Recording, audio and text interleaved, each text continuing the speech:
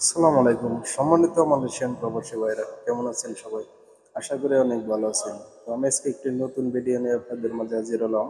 আর সেটি হলো, আপনারা যারা মালয়েশিয়ায় আরএসবি ব্যাংক ইউজ করেন তারা অনেকেই জানেন না, আপনার যে আরএসবি মোবাইল ব্যাংকিং অ্যাপটি আছে, এই অ্যাপটি যে মোবাইলে লগ ইন করবেন ওই মোবাইলে কিন্তু ডিভাইসটা লক হয়ে যায়, ঠিক আছে? তো পরবর্তীতে আপনারা যদি অথরাইজড ডিভাইসটা রিমুভ না করেন তাহলে কিন্তু পরবর্তীতে আবার নতুন করে ঢুকতে পারেন না। তো অফিসে কল দিতে হয়, ঠিক আছে?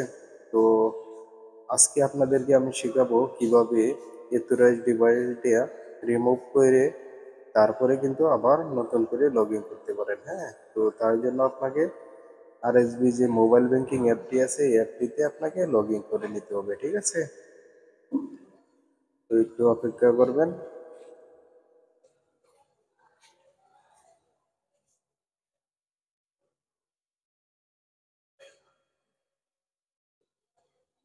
তো আপনাদের যদি নেট কানেকশন ভালো থাকে তাহলে কিন্তু তাড়াতাড়ি হয়ে যাবে। হ্যাঁ, তো এখান থেকে আপনাকে পাসওয়ার্ড দিয়ে লগ ইন করে নিতে হবে, অথবা ফিঙ্গার থাকলে ফিঙ্গার দিয়ে লগ ইন করে নেবেন, ঠিক আছে?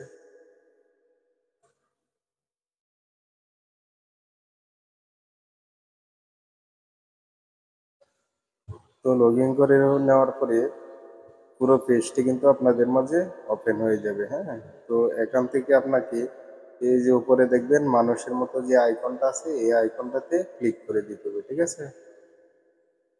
তো আপনি এখানে ক্লিক করে দিবেন। ক্লিক করে দেওয়ার পরে এই যে এমন একটি ইন্টারফেস আপনাদের মাঝে শো করবে। তো এখান থেকে এখান থেকে আপনাকে সিলেক্ট করতে হবে এই যে সিকিউরিটি অপশান, ঠিক আছে?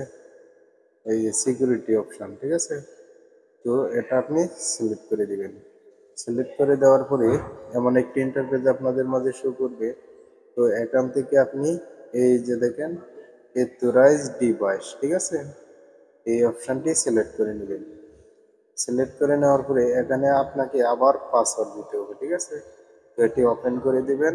ওপেন করে দেওয়ার পরে এখানে আপনি নতুন করে আপনার পাসওয়ার্ডটি দিয়ে দিবেন, ঠিক আছে? তো আমি আমার পাসওয়ার্ডটি দিয়ে দিয়েছি। তো দিয়ে দেওয়ার পরে এই যে এখানে দেখেন আপনার সম্পূর্ণ ডিটেলস দেখাইবে, ঠিক আছে? তো এখান থেকে আপনাকে এই যে নিচের দিকে রিমুভ ডিভাইস এটা সিলেক্ট করে নিতে হবে, ঠিক আছে?